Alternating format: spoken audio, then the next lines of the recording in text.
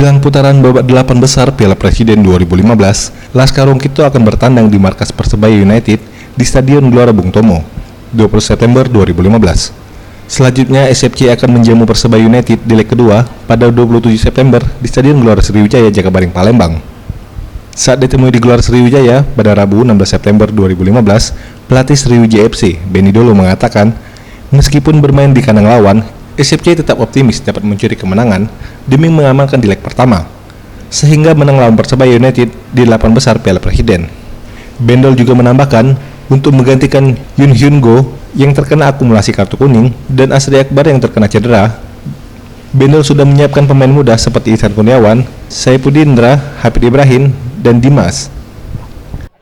Ya tidak muluk-muluk ya, kalau bisa menang ya menang, ya kan? Karena memang ini kan sistemnya kan knockout kan. Siapa yang kalah di 8 besar ini tersisi. Ya sama, kita juga ada Ihsan ya, ada Ihsan, ada Saiful Indra, di sana ada Dimas, ada Eko ya.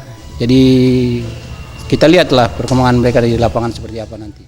Bendol juga menambahkan, bersama anak asuhnya, ia terus mematangkan persiapan dengan latihan rutin, sehingga SFC optimis meraih 3 poin sehingga dapat melaju di semifinal Piala Presiden 2015. Reza Dinata, Sriwijaya TV.